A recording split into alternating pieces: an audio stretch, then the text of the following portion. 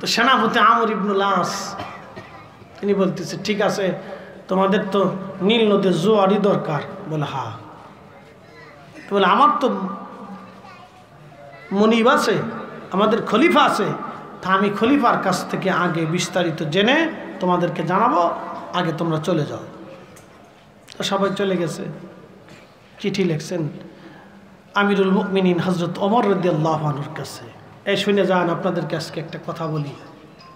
আমির যদি শরীয়তের জ্ঞানের সাথে সাথে আধ্যাত্মিকতা না থাকে, তাহলে সেই আমির দিয়ে বিজয় অর্জন করা যায় না। আমি আপনাদেরকে সাচ্চা সাচ্চা কথা বলতেছি, বুঝতে হবে এগুলি। আমার কথা সবাই বুঝবে না। আমির যদি শরীয়তের জ্ঞানের সাথে তার আধ্যাত্মিকতা না থাকে, তাহলে সেই আমির দিয়ে বিজয় অর্জন করা যায় না। শরীয়তের এলেমের সাথে সাথে আধ্যাত্মিকতা থাকতে হবে। খলিফাতুল মুসলিমিন হযরত ওমরের কাছে চিঠি চলে গেল মদিনাতুল মুনাওয়ারা, সুদূর মিশর থেকে।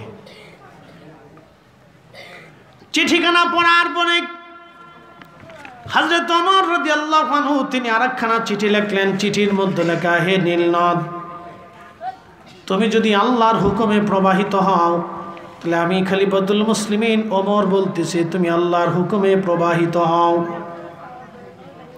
হ্যাঁ নীলনদ, তুমি যদি আল্লাহর হুকুমে প্রবাহিত হও, তাহলে আমি ওমর খলিফাতুল মুসলিমিন ওমর বলতেছি, তুমি আল্লাহর হুকুমে প্রবাহিত হয়ে যাও। আর তুমি যদি তোমার নিজের ইচ্ছায় প্রবাহিত হও, আল্লাহর হুকুমে তুমি যদি প্রবাহিত না হও, তাহলে তোমার প্রবাহিত হওয়া লাগবে না। নীল নদ কার অধীনে? আল্লাহর অধীনে। পৃথিবীতে দুইটা নদী আল্লাহর জান্নাত থেকে আসছে, একটা নীল নদ আর একটা ফোরাত নদ। দুই নদী, নীল নদী, ফোরাত নদী, সরাসরি আল্লাহর জান্নাত থেকে আসছে। হাজার হাজার মাইল পথ অতিক্রম করার পরে এই নদী কখনো শুকায় না। তবে কিয়ামতের আগে একদিন নীল নদ, ফোরাত নদী শুকিয়ে যাবে।